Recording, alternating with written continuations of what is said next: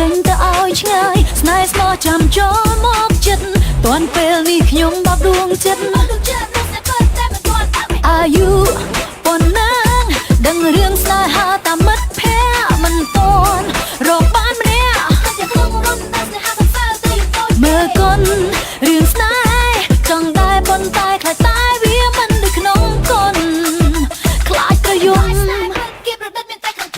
Silly girl តែស្ទើរចំពោះស្នេហាស្នេហ៍ប៉ុន្តែខ្លាចទៅជឿចោល Silly girl មិនមើលតែរឿងសង្ហា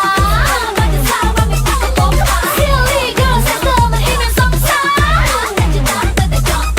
Silly girl ចង់ធ្វើជានឹងស្នេហាតែកាន់តែបាច់ជួយទៅស្នេហាហើយនឹងចិត្តស្គាល់លោកមានអ្នកតាមតាក់តងខ្ញុំជាហោហាយក៏ប៉ុន្តែមើលទៅសុទ្ធមិនសែលេងលេងមិនរំភើបមិនធ្វើអ្វីផ្លាយធ្វើឲ្យដួងចិត្តខ្ញុំឆ្លក់វងវែងចូលចិត្តមនុស្សដែលរ